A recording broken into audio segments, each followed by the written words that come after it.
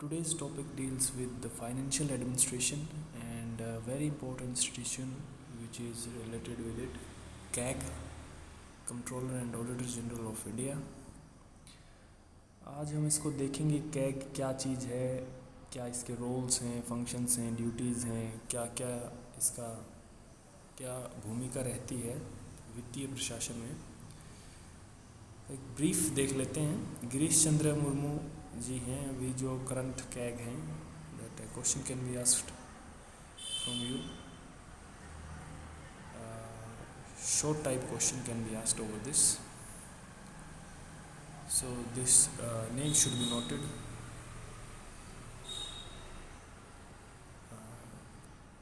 लगाया जाता है, देखिए इनको appointed by the president of India, ये बात अंडरलाइन करने की है, आपको पता होना चाहिए CAG is appointed by home. ठीक है, ये कॉन्स्टिट्यूशनल पोस्ट है, ये सेकंड इम्पोर्टेंट बात है इसमें, संवैधानिक ये एक पद है। ओके, इसके अलाउंसेस, सैलरीज, पेंशन्स जितने भी हैं वो संचित निधि कोष से लिया जाता है, कंसोलिडेटेड फंड ऑफ इंडिया से। रिटायरमेंट या तो 65 साल उसकी उम्र हो जाए या 6 साल उसको मान के चलिए, अगर 50 साल में अगर कोई लगा है कैग तो 56 साल में रिटायर होना पड़ेगा। अगर कोई 62 की एज में लगा है तो उसको 65 तक रिटायर होना पड़ेगा, जो भी पहले आ जाए। ठीक है, आर्टिकल कौन सा जुड़ा हुआ है कैग से? आर्टिकल 148। सो आर्टिकल आपको पता होना चाहिए, कंसोलिडेटेड फंड का पता होना चाहिए, रिटायरमेंट का पता होना चाहिए, और लगाया किसके द्वारा जाना है वो पता होना चाहिए, थोड़े से इम्पोर्टेंट है। करता क्या है देखिए, ऑडिट का मतलब होता है लेखा परीक्षा, जो लिख दिया गया है, अकाउंट्स जो है, अकाउंटिंग की ऑडिटिंग करना, मतलब वो कितना सही है, कितना गलत है, क्या काम हुआ है, पैसे से संबंधित जो रसीद फ़रोख्त हैं वही हैं, जो वाउचर्स हैं, जो बिल्स हैं, जो पेमेंट्स हुई हैं, जो चेक्स ड्रॉन हुए हैं कंसोलिडेटेड फंड ऑफ इंडिया से, उन सभी को दोबारा से उनका निरीक्षण करना, उनकी इन्वेस्टिगेशन करना, उसकी स्क्रूटनी करना, जांच पड़ताल करना कि कितना सही पैसा लिया गया है, कहाँ कहाँ पैसा लगा है, गलत तो नहीं लगा है, करप्शन तो नहीं हुई है उस पैसे से, जिस काम के लिए पैसा लिया गया था क्या वो काम हुआ है या नहीं हुआ, वो काम एफिशिएंसी से किया गया है, 10 रुपये का काम था तो 20 रुपये तो नहीं लगा दिए गए उसके ऊपर। ठीक है, या 10 रुपये निकलवाने थे सरकार से, एजेंसीज ने 15 तो नहीं विड्रॉ करवा लिए हैं। ये सारी चीज़ें जो है कैग देखता है। देखिए, स्क्रूटनी करता है किसकी? Transactions of the government. Question करता है किसको? प्रशासन को, वेरियस एस्पेक्ट्स, कि भाई ये ट्रांजैक्शन कब हुई, कैसे हुई, कितना पैसा लिया गया, कहाँ लगा, कितना सही तरीके से लगा है, इनएफिशिएंसी तो नहीं है, इकोनॉमिकल यूज़ हुआ है या नहीं पैसे का, जुडिशियल यूज़ हुआ है या नहीं पैसे का। वही मैं बात बता रहा हूँ, सरकार पैसा तो ले लेती है पार्क बनाने के लिए, रोड बनाने के लिए, पुल बनाने के लिए। ज़रूरी नहीं है कि लिए हुए धन, सारा क्या सारा धन जो है अच्छी तरीके से लगाया जाए। बहुत से लोग बीच में जो हैं पैसे को गायब कर देते हैं, करप्शन कर लेते हैं, या बुक के अंदर दिखा देते हैं, कागज़ों में दिखा दिया जाता है, एक्चुअल में वैसा होता नहीं है। तो ये सारी की सारी चीज़ें अनर्थ करना, ये सारी की सारी चीज़ें रिवील करना, खुले में लेके आना काम है कैग का, controller and auditor general of India. जो लिखा हुआ है उसकी परीक्षा करना, ये एक टाइप की पोस्टमार्टम अप्रोच से जुड़ा हुआ है। देखिए, पैसा कहाँ से निकलता है इसके ऊपर से कैग का रोल नहीं है, लेकिन पैसा कैसे यूज़ हुआ है, पोस्टमार्टम, जैसे एक आदमी मरने के बाद उसके साथ क्या क्या हुआ है वो सारी पोस्टमार्टम रिपोर्ट में आता है। ऐसे ही पैसा जब यूज़ हो चुका है तो उसकी पोस्टमार्टम रिपोर्ट तैयार करता है कैग, कहाँ यूज़ हुआ, किसके द्वारा यूज़ हुआ, गलत सही, ये सारे क्वेश्चन आपके कैग उठाता है। ठीक है,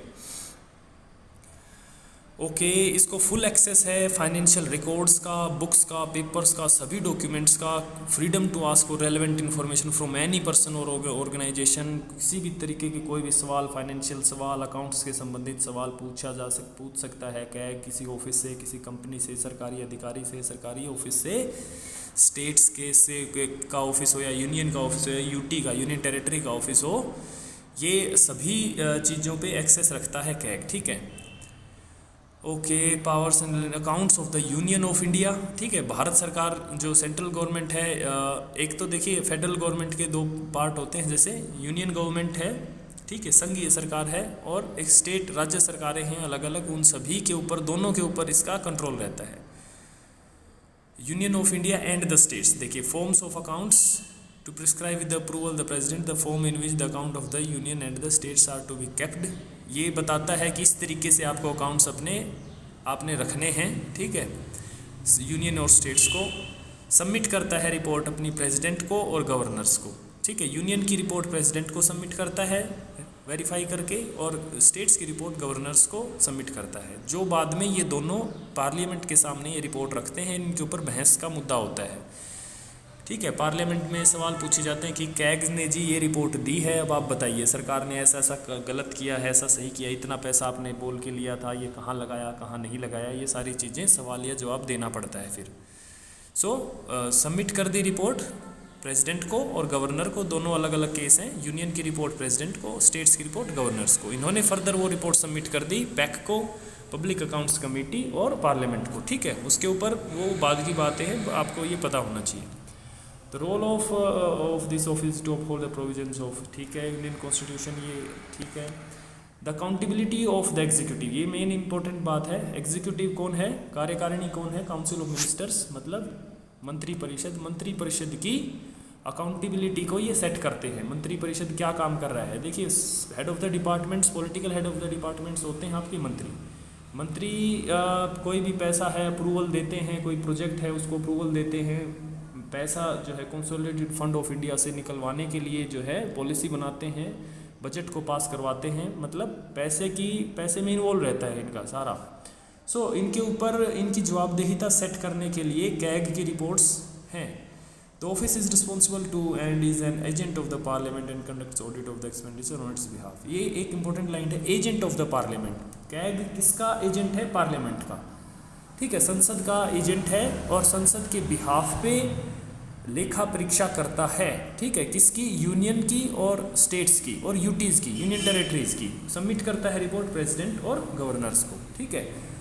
अच्छा, वो रिपोर्ट्स में क्या क्या होता है मैं बता चुका हूँ, सही गलत के मायने, ठीक है, वो हम आपको डिटेल में भी करवा देंगे आगे। The has to certain whether money shown in the accounts have as having been disbursed was legally available. Main line is legally available, कि जो अकाउंट्स में पैसा दिखाया जा रहा है क्या वो लीगली अवेलेबल था या नहीं, ठीक है। मान के चलो दिखाया जा रहा है किसी काम के लिए 1000 करोड़ रुपए लिया गया, तो क्या वो 1000 करोड़ विड्रॉ करवाया गया था बजट के तहत, ठीक है, पार्लियामेंट से, कंसोलिडेटेड फंड से लिया गया था या नहीं लिया गया था, या वो कागजों में ही है। And applicable to the service or the purpose to which they have been applied or charged and whether the expenditure conforms to the authority that governs it, ठीक है। ये लाइन फिर से इंपॉर्टेंट आ गई, whether the expenditure conforms to the authority that governs it, कि भाई जो एक्सपेंडिचर किया गया, जो खर्चा किया गया, क्या वो ये सुनिश्चित करता है कि किस अथॉरिटी के अंडर वो काम कर रहा है, ठीक है। Okay, so having been dispersed was legally available, okay, we have already, okay, it can look into the wisdom, faithfulness and economy of the government. देखिए तीन बहुत इंपॉर्टेंट वर्ड हैं कि गवर्नमेंट खर्चा करते वक्त इकोनॉमिकल थी या नहीं। इकोनॉमिकल का मतलब है कि उसने पैसे को सही तरीके से, मतलब ऐसे नहीं कि वेस्ट कर दिया हो, एफिशिएंटली और इकोनॉमिकली किया है। इकोनॉमिकल जैसे आपने सुना होगा, इकोनॉमी, बाइक की इकोनॉमी क्या है, मतलब 1 लीटर पेट्रोल में बाइक कितना चलती है। जो जितना ज़्यादा बाइक चलेगी 1 लीटर पेट्रोल में, मान के चलिए एक बाइक 50 किलोमीटर चलती है और कोई 10 किलोमीटर चलती है, तो मोर इकोनॉमिकल बाइक हुई कितना, कौन सी, 50 किलोमीटर चलने वाली। गवर्नमेंट ये चेक करती है कि इतने पैसे में ज़्यादा से ज़्यादा अच्छे से अच्छा काम हुआ है या नहीं, पैसा वेस्ट तो नहीं हुआ, ठीक है, क्योंकि सरकारी पैसा है, किसी एक आदमी का पैसा नहीं है, टैक्स पेयर का पैसा है, पूरे नेशन का पैसा है। वो विजडम के साथ यूज़ हो, फेथफुलनेस के साथ यूज़ हो, इकोनॉमी उसके साथ देखा जाए, ये तीनों प्रिंसिपल उसमें जुड़े हुए हों जब हम खर्चे की बात कर रहे हैं, ठीक है। लीगल ऑडिट करती है, रेगुलेटरी ऑडिट करती है, ऑब्लिगेटरी ऑडिट करती है, प्रोप्राइटरी ऑडिट करती है, ठीक है। ये इस तरीके की लेखा परीक्षा करती है आपकी कैग। ओके,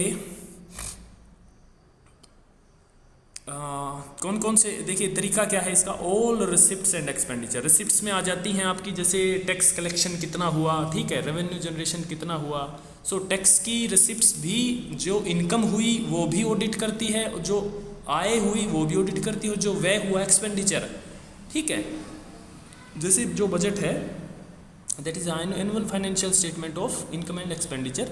वार्षिक जो है आय हुई आपकी और जो वार्षिक जो है व्यय हुआ उसका एक लेखा जोखा है budget.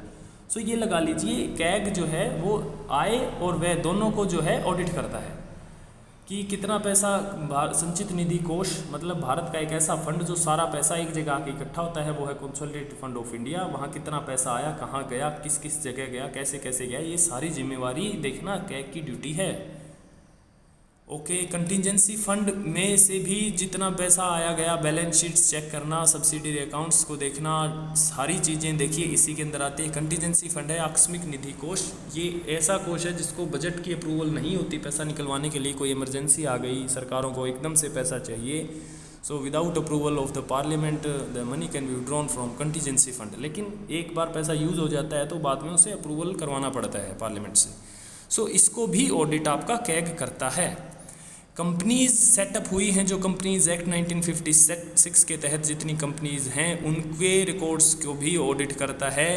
Stores and stock of all government offices और डिपार्टमेंट, सभी के स्टोर्स को, स्टॉक्स को ये ऑडिट करता है।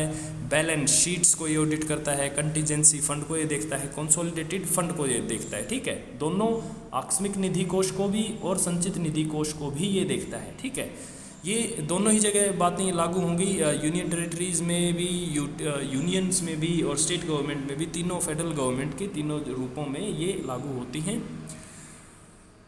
Okay, central government, state government, audit of all expenditure from the contingency fund, ये हम कर चुके हैं। Auditing the accounts related to expenditure consolidated fund, ये हम कर चुके हैं। ठीक है, ये थोड़ा सा देख लेते हैं, बहुत इंपॉर्टेंट ग्राफ है। रेगुलेटरी कंप्लायंस हुई हैं where all transaction authorised and approved. ठीक है, कि सभी जितनी भी ट्रांजैक्शन हुई है पैसे की, क्या वो ऑथराइज्ड थी, क्या वो अप्रूव करी गई थी, क्या जो रूल बनाए गए थे उनको स्पेंड करने के वो रूल ध्यान में रखे गए या नहीं। ठीक है, has the government programme institution in question achieved intended, भाई जिस चीज़ के लिए काम के लिए पैसा लिया गया था क्या वो काम हुआ, परफॉर्मेंस ऑडिट उसे बोलते हैं। ठीक है, उसको कितना एफिशिएंटली वो काम हुआ, कितने पैसे लिए गए, भाई 100 रुपये कोई किसी काम को करने के लिए हुए दिए गए थे, चेक किया जाएगा क्या काम वो हुआ है या नहीं हुआ है। ठीक है, audit of the government departments, central reports organised into civil defence, railways, revenues, ये सभी देखिए जितनी भी चीज़ें लिखी हुई हैं इन सभी चीज़ों का ऑडिट जो है जिम्मेवारी है, अकाउंटेबिलिटी है, रिस्पॉन्सिबिलिटी है आपकी कैग की। Audit of government autonomous bodies की भी, कंपनीज़ की भी, ठीक है, इंडिविजुअल बॉडीज़ की भी जो है ऑडिट आपका कैग कर सकता है। ये आप इसको नोट डाउन कर लीजिए एक एक को। काइंड ऑफ ऑडिट्स हैं ये, फाइनेंशियल ऑडिट है, एक परफॉर्मेंस ऑडिट है। परफॉर्मेंस ऑडिट इंपॉर्टेंट है काफ़ी, देखा जाता है कि जिस एक्टिविटी के लिए पैसा लिया गया था क्या वो उसने एक्चुअली परफॉर्म किया है भी या नहीं इन प्रैक्टिकल। ठीक है, देखिए कैग ना होता तो नहीं पता चलता कि कोलगेट स्कैम में कितना पैसा यूज़ हुआ है। ठीक है, कोयले की खदानें जो हैं दी गई थी प्राइवेट इंडिविजुअली बेनिफिशरीज़ को, जो थोड़ा जो है कॉन्ट्रैक्टर्स को काफ़ी फ़ायदा हुआ, सरकार को जो है बहुत नुकसान हुआ। बाद में पता चला कैग ने ये अनर्थ किया, रिवील किया कि सरकार को 1.86 लाख करोड़, देखिए कितनी बड़ी अमाउंट है, इसका नुकसान हुआ है। ठीक है, वहीं फोर्डर स्कैम हुआ था। ठीक है, 900 करोड़ रुपए का भारत सरकार को नुकसान हुआ, ये कैग ने रिवील किया। 70,000 करोड़ कॉमनवेल्थ गेम्स हुए थे अराउंड 2010-11, वहाँ देखिए 70,000 करोड़ का नुकसान हुआ इंडियन गवर्नमेंट को। ये आदमी हैं इसमें इन्वॉल्व हैं। सत्यम स्कैम हुआ था काफ़ी टाइम पहले, 7,855 करोड़ रुपए का जो है घोटाला अनर्थ किया आपके कैग ने। सो देखिए पैसा किसने लिया ये जांचना, कैसे यूज़ हुआ, एफिशिएंटली यूज़ हुआ, जिस पर्पज़ के लिए पैसा लिया गया था पर्पज़ पूरा हुआ या नहीं हुआ।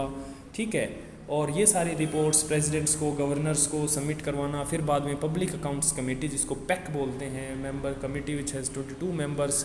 ठीक है, ये उसको स्क्रूटनी करती है और पार्लियामेंट को आगे पेश करती है, उसके ऊपर डिस्कशंस होती हैं, डिबेट्स होती हैं, जर्नलिस्ट्स होते हैं, अखबारों में बड़ी बड़ी हेडलाइंस बनती हैं। सो ये सारी चीज़ों के पीछे जो है आय व्यय का ब्यौरा आपका मांगती है, उसको रिटर्न जो है लेखा परीक्षा का मतलब है वही जो लिख दिया गया है। अकाउंट्स जो हैं उस अकाउंटिंग की जो चेकिंग होती है वो एक रिस्पॉन्सिबिलिटी है आपकी कैग की। सो आप इसको फाइनेंशियल एडमिनिस्ट्रेशन के अंदर पढ़िए। फाइनेंशियल एडमिनिस्ट्रेशन जो आपकी यूनिट है उसके बहुत ही इम्पोर्टेंट इंस्टीट्यूशन है CAG, appointed by the president of India. इसको हटाने के लिए वही सब नॉर्म्स होते हैं जिसको जो कि एक सुप्रीम कोर्ट के जज को हटाने के लिए होते हैं, ठीक है। मतलब कैग को हटाया जाना है तो महाभियोग के द्वारा हटाया जा सकता है, थ्रू इम्पीचमेंट हटाया जा सकता है, ठीक है। इसको हटाना बहुत ही मुश्किल है, काफ़ी पावरफुल पर्सन होता है। रिटायरमेंट के लिए 6 साल प्लस 65 ईयर्स ऑफ एज ये कंडीशन है, ठीक है। अभी जो करंट कैग हैं उसका नाम आपको पता होना चाहिए, मैंने मेंशन कर दिया था। So this was a brief, only brief of CAG.